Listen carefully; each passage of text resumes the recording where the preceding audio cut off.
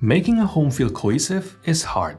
One minute you're drawn to rustic French charm, and the next is all about minimalism. Your Pinterest board is in chaos. Your saved folder looks like 5 people live in your house. And honestly, it is not your fault. Between the endless content and a social media algorithm that knows your taste better than you do, it has never been easier to fall in love with everything. So, how do you bring it all together without maxing out your credit card or losing your mind in the process? The answer is a red thread, a subtle, unifying element that runs through your home, tying all the different styles together.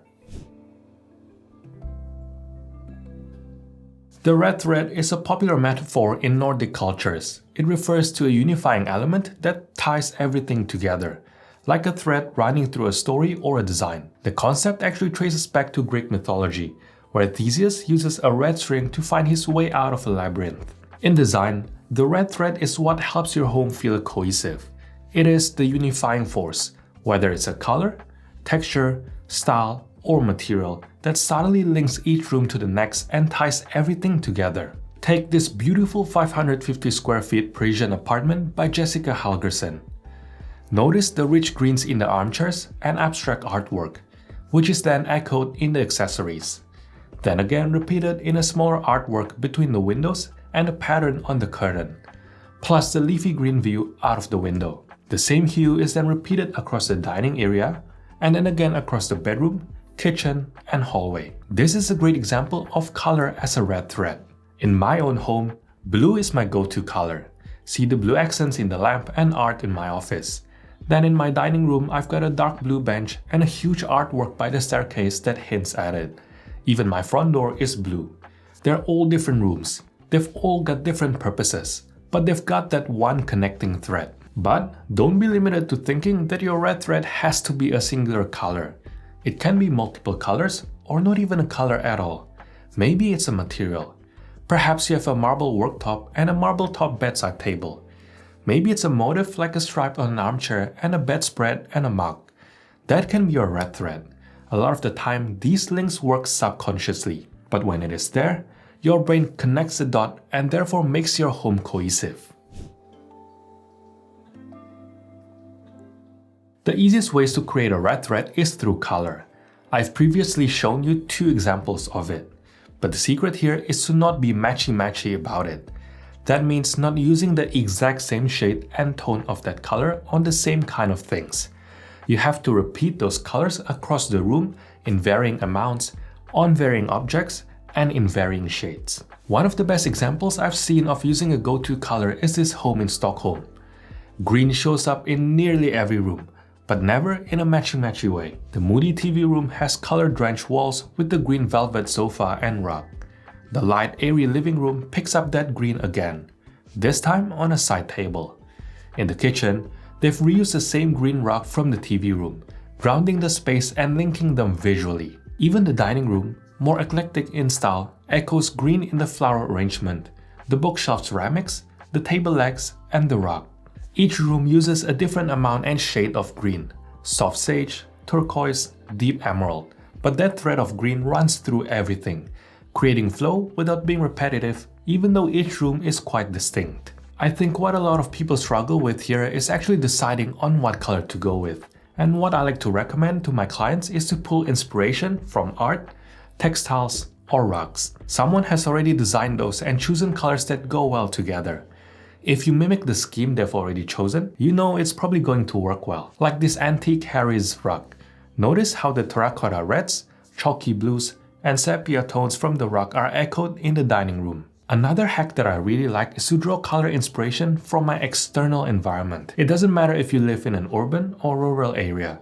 If you bring colors from outside the window, you'll create that subtle connections between the indoors and outdoors. One reason I use blue is because I live near the water, and 90% of the time, the view out my window is predominantly blue. You might, for example, have a brick warehouse outside your window, and you can pull the red or terracotta color into your space.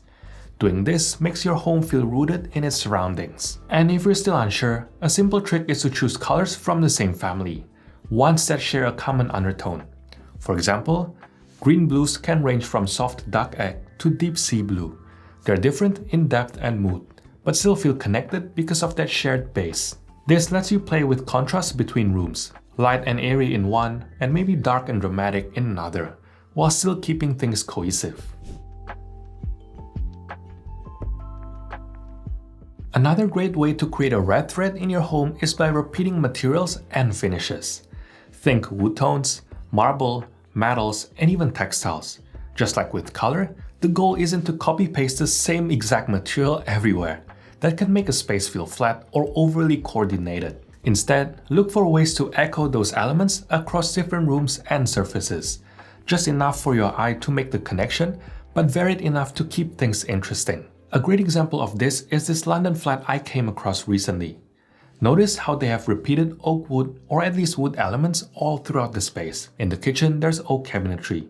In the living room, it appears again in the shelving alcove, a lamp base, and a coat rack. In the bedroom, a lighter oak is used on the storage unit and headboard. Then in the bathroom, timber is used again for the vanity cabinet base. The key here is that they didn't stick to one exact shade. By playing with tone and application, they've kept things feeling layered and natural, yet still cohesive. They also repeated a second material, grey quartzite, used in both the kitchen and the bathroom. The veining is slightly different in each, which prevents it from feeling to copy and paste, but it still creates a clear visual link between the two spaces.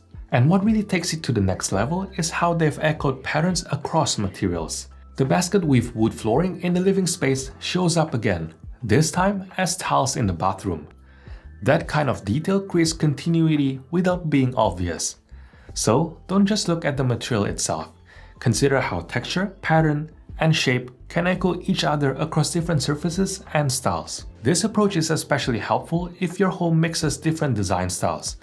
When you've got a lot of things going on visually, repeating material, finish, or texture gives your space that polished, intentional look that makes it feel pulled together, even if the styles themselves vary. By the way, if you're planning a home refresh, check out my free in-depth guide, Secrets to a Beautiful Home. It includes a decorating checklist and core design principles to help you create a home that feels cohesive, intentional, and truly you.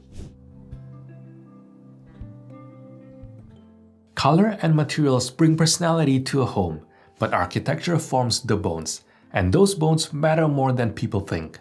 Things like trims, doors, hardware, baseboards, and floorings may not steal the spotlight, but they quietly set the tone for everything else. When these elements are consistent, your home instantly feels more cohesive, even before you add any decor. I always tell my clients to pick a style and commit to it. Either say yes or no to molding, and be consistent with them. Don't mix modern flush trims with ornate Victorian profiles. Choose one flooring type for your main areas and stick with it. Yes, you can absolutely change things up in bedrooms or bathrooms or entryways. But when every single room has a different floor, your home starts to feel like it was decorated in pieces rather than with a big picture vision. Paint is another easy way to unify architectural details. White or soft neutral is clean and classic, but that doesn't mean you can't be bold. I love this example of a home that used soft blue on all their trims. It adds character while still feeling unified throughout. When the bones of your home are all speaking the same language, everything else will feel grounded. Think of it as the invisible thread that holds everything together. Sometimes, the red thread in your home doesn't come from a pre-planned palette or material. It comes from you, your memories, your influences, and things you're naturally drawn to. Your personal story can be the foundation of your red thread, and often, the best way to uncover is to look inward. Start with something that feels meaningful. A painting you've always loved, a childhood photo, a scene from a film that feels like home. What colors do you see? What shapes, textures, or emotions come up? These are clues. They tell you what feels right to you, what resonates on a deeper level than just what is trending.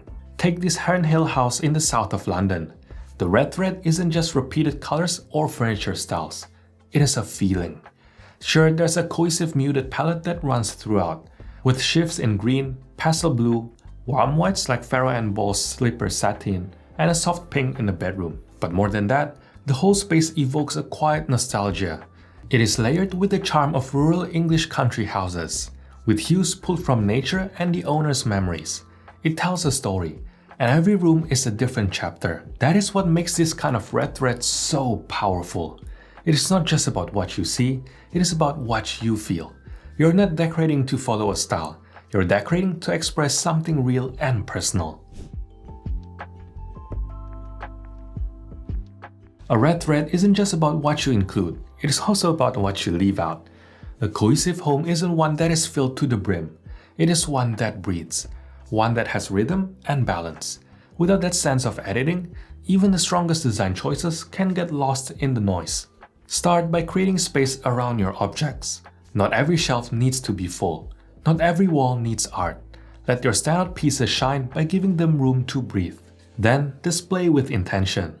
A few well-placed items like ceramics, books, frame photos can feel like a thoughtful collection when they share a material, shape, or color. Remember the Parisian apartment by designer Jessica Helgerson I showed you earlier? It has a rich palette of greens and is filled with art made almost entirely by her friends. Curating doesn't mean stripping your space of personality. It means choosing with care.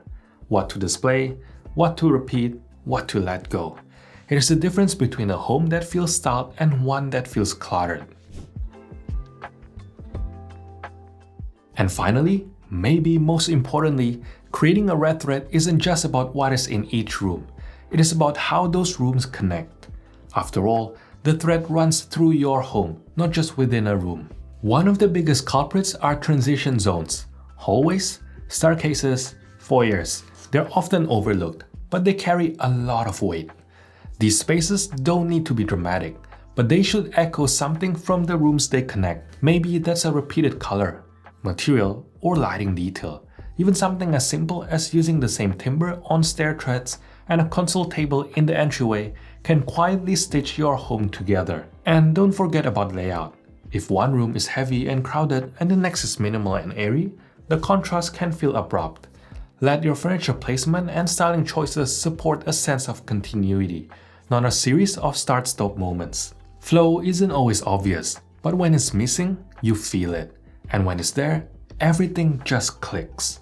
And if you want a step-by-step framework to bring it all to life, my practical home design course is a great place to start. It will help you design a home that feels cohesive, beautiful, and completely personal, without the overwhelm. If you enjoyed this video, check out this video on the secret sauce that makes homes look so good, and 10 reasons why your home looks off.